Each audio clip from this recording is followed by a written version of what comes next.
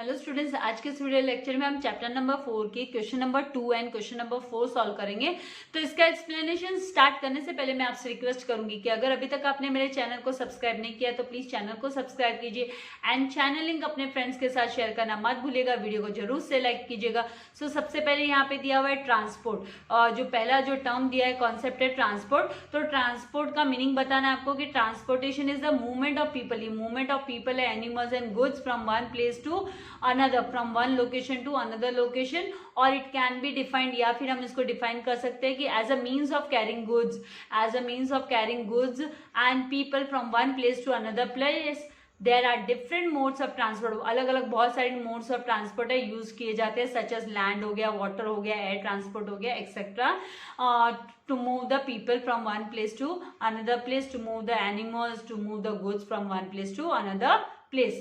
Now यहाँ पे second है कि कम्युनिकेशन। तो कम्युनिकेशन क्या है? तो कम्युनिकेशन इज एन आर्ट। ये एक आर्ट है एक्सचेंजिंग व्हाट, तो ऑफ एक्सचेंजिंग आइडियाज, फैक्ट्स हो गए, एक दूसरे के आइडिया एक्सचेंज करते हैं, पब्लिक फैक्ट्स है, इंफॉर्मेशन है from one person or entity to another.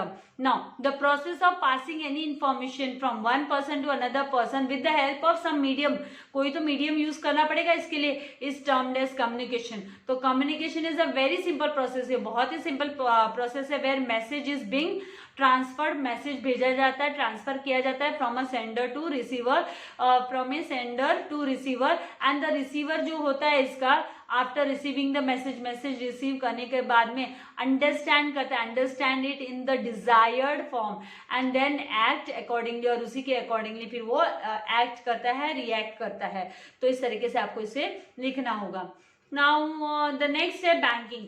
तो बैंकिंग की जब बात आती है तो a bank is a financial institution. ये फाइनेंशियल इंस्टीट्यूशन हम सभी जानते हैं, जैसे बैंक का नाम हमारे मुंह पर आता है तो हमें क्विकली हमें हमारे माइंड में आ जाता है कि भाई ये तो रोकड़ा फाइनेंस की बात हो रही है। So which deals with the deposits and advances and other related services, और बाकी भी other related services. Now bank provides various services, बहुत सारे सर्विसेज प्रोवाइड करता है रिलेटेड टू मनी को लेकर, फाइनेंशियल रिक्वायरमेंट्स को ऑफ कंज्यूमर की फाइनेंशियल रिक्वायरमेंट्स को लेकर ये डील करती है, बैंक प्रोवाइड करती है, सर्विसेज प्रोवाइड करती है।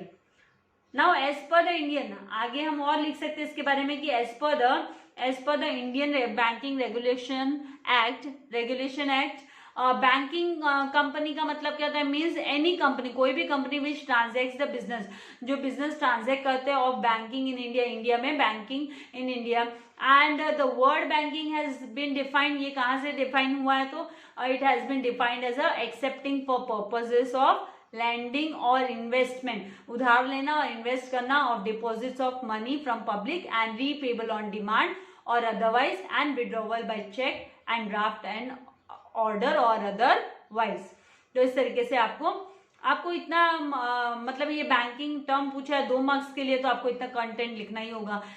देन नाउ इंश्योरेंस क्या है? तो insurance is a means of protection. ये मीन्स ऑफ प्रोटेक्शन है, मीन्स टू सेफगार्ड है from financial loss, and it is a form of, ये है ना फॉर्म है, एक तरीका है, एक टाइप है रिस्क को मैनेज करने का, primarily use to hedge against the risk को कवर कर लेना, हेज कर देना ऑफ अ कंटिजेंट और अनसर्टेन लॉस, जो है ना फ्यूचर में एक्सपेक्टेड लॉसेस है, कंफर्म नहीं है बट एक्सपेक्टेड लॉसेस है।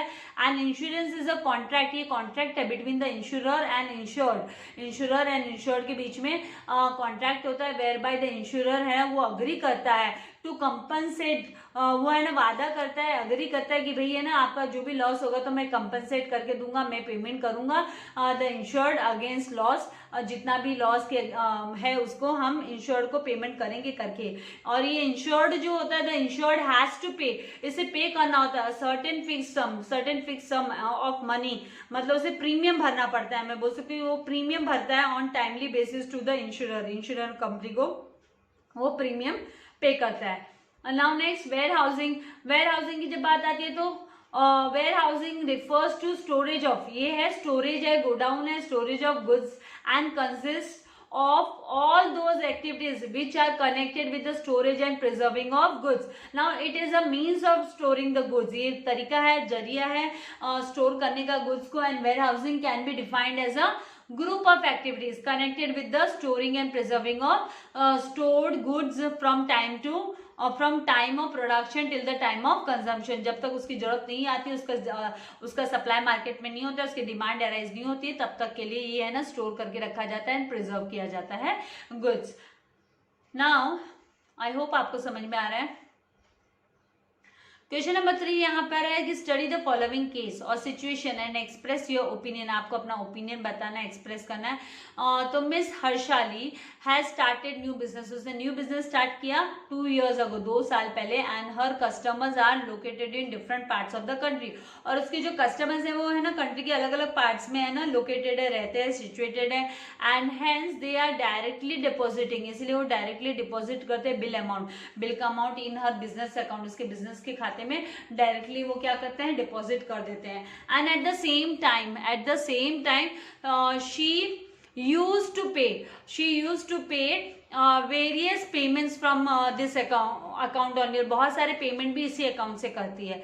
तो यहाँ पर है ना आपको आइडेंटिफाई करना है. ये जो क्वेश्चन नंबर 1 है कि आइडेंटिफाई टाइप ऑफ अकाउंट, कौन से टाइप का अकाउंट है maintain by Miss Harshali. Miss Harshali ने कौन से टाइप का अकाउंट है ना मेंटेन रखा है.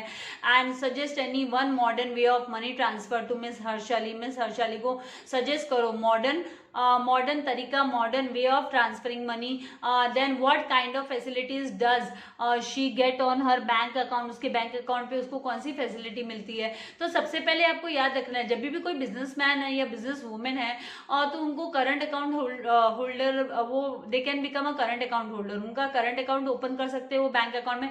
तो यहाँ पर उसके पास कौन सा टाइप ऑफ अकाउंट होगा, क्योंकि इसी में वो पैसा इन्वेस्ट होता है, डिपॉजिट होता है, सॉरी, एंड बाद में पेमेंट भी करती है. तो ये बिजनेस अकाउंट है. तो यहाँ पर हम लिखेंगे कि miss Harshali has current account and this account is open. ये account is operated, it is operated by business firms and other commercial organisations.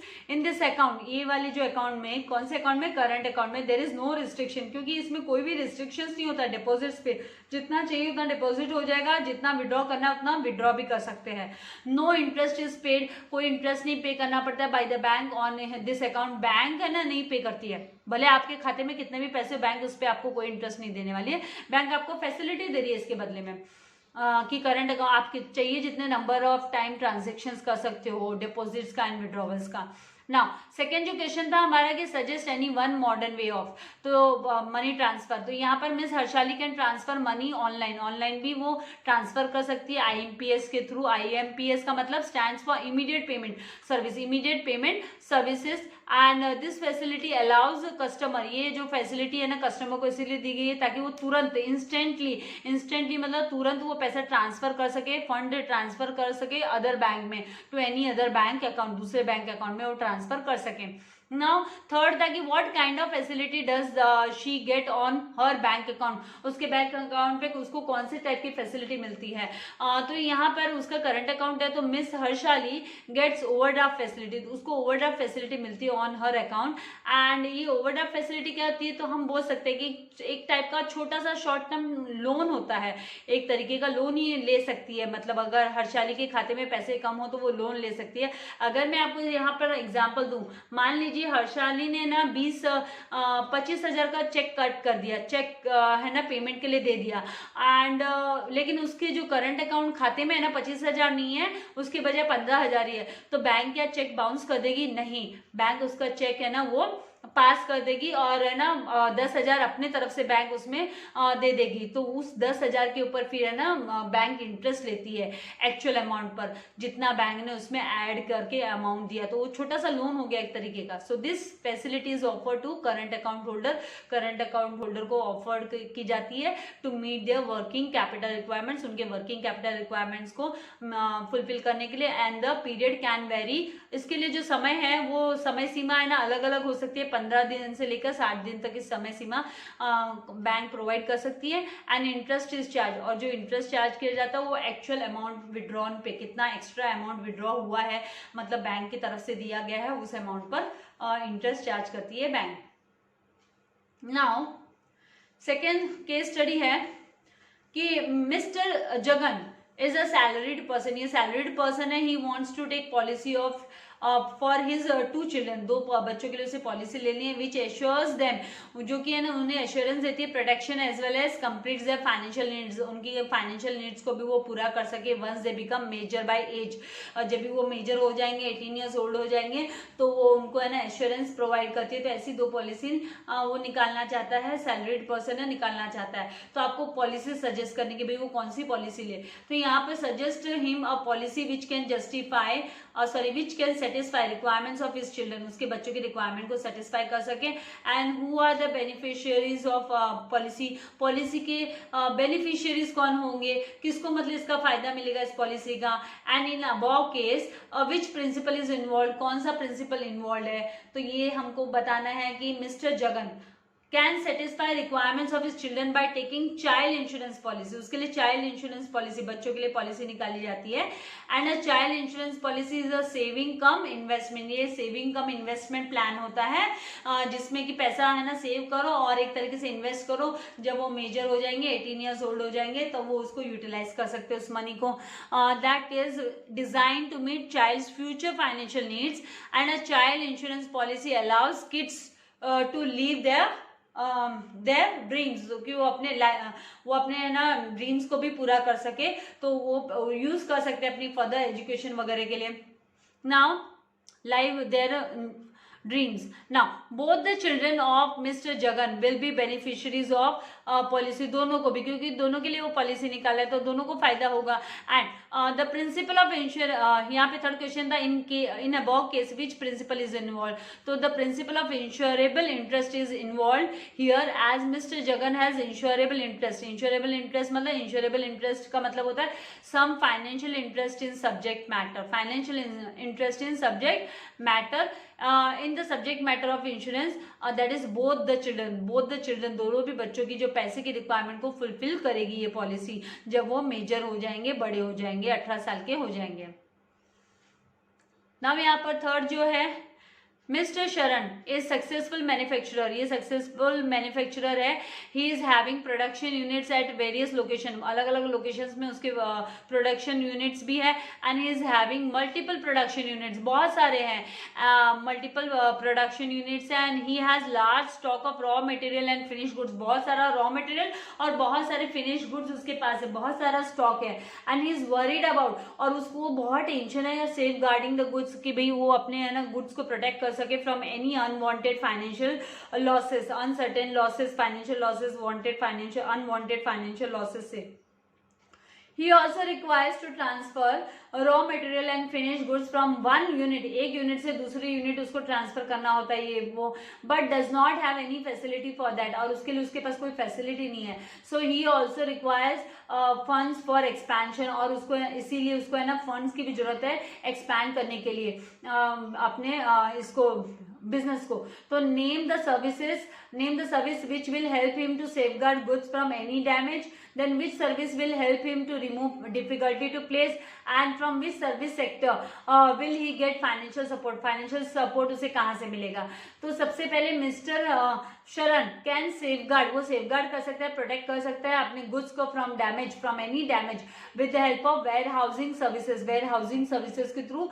And warehousing activities which are connected, जो कि कनेक्टेड है किससे, स्टोरेज एंड प्रिजर्विंग को लेके of goods properly, इसीलिए उसे ना वेयर हाउसिंग की जरूरत है। Then second, his difficulty relating to place can be removed with the help of transportation facility, transportation facility से उसकी डिफिकल्टी ऑफ प्लेस है ना वो रिमूव हो जाएगी, क्योंकि वो इजीली अपने गुड्स को एक जगह से दूसरे यूनिट तक ट्रांसफर कर पाएगा। And this facility will enable him in carrying goods and people from one place to another place. Then third, mister Sharan can get financial support from banking sector, banking sector से वो finance ले सकता है। Bank क्योंकि bank से वो grant करते हैं loans and advances to business को लोन देते हैं, फर्म्स को लोन देते हैं, and others who are in need of bank funds for business expansion. तो इस तरीके से ये इसकी जो डिमांड है वो पूरी हो सकती है। नाउ फोर्थ यहाँ पे है Mr Amit is a businessman and he has his own factories in Pune and Nashik, Pune और नासिक में उसकी खुद की फैक्ट्री है। He lives in Pune with his wife and 2 daughters aged 5 and 8 years old. Can Mr. Amit take a life insurance policy for his wife and 2 children? Can Mr Amit take a marine insurance policy for his factories, marine insurance factories के लिए। Which type of insurance should Mr Amit take for protecting his factories from loss due to fire. तो यहाँ पर सबसे पहले तो वो life insurance policy ले सकता है क्या, तो हाँ, Mr Amit can take a life insurance policy for his wife and 2 children. Life insurance is a contract because 2 children. Life insurance is a contract between insurer and insured, whereby the insurer, जो insurer होता है वो agree करता है compensate करने के लिए insured को कि the sum of a certain sum on expiry of certain period on death और विच एवर इज अर्लियर। या तो उस समय सीमा जो है 10 साल की पॉलिसी निकालिए, 10 साल पूरा हो गया तो पैसा मिल जाएगा, या है ना उससे पहले अगर डेथ हो जाती है इंश्योर्ड की तो ये पैसा रिसीव हो जाएगा, which ever is earlier for consideration. Now life insurance policy can be taken by individual for his own life, खुद की लाइफ के लिए वो ले सकता है, and for his life members, उसके फैमिली मेंबर्स के लिए भी वो ले सकता है। नाउ मरीन इंश्योरेंस, जैसे मैंने कहा मरीन इंश्योरेंस है ना फैक्ट्री से रिलेटेड नहीं होता है। No, mister Amit can not take a marine insurance policy for his factories because marine insurance gives protection against the losses cause due to dangers of the sea, dangers of the sea. तो marine insurance नहीं निकालनी है उसको, तो कौन सी insurance लेगा, तो third, Mr Amit should take fire insurance policy to protect his factories from loss due to fire. Any property which is subject to damage by fire can be insured against fire. So the loss due to fire, ये क्या कहता है, lightning the end explosion, lightning की वजह से, बिजली गिरने से या एक्सप्लोजन की वजह से is also covered by fire insurance. तो इस तरीके से आपको लिखना है। तो आई होप आपको कॉन्सेप्ट समझ में आ गया। नेक्स्ट वीडियो में मैं आप लोगों के लिए distinguish between and next questions लेकर आऊंगी। तो तब तक के लिए आपको वीडियो को लाइक करना है, अपने फ्रेंड्स के साथ चैनल लिंक को शेयर करना है, एंड अगर आपने अभी तक सब्सक्राइब नहीं किया है तो आपको चैनल को सब्सक्राइब करना है ताकि आप लेटेस्ट वीडियो के नोटिफिकेशन पा सके। Thank you very much. God bless you all dear students.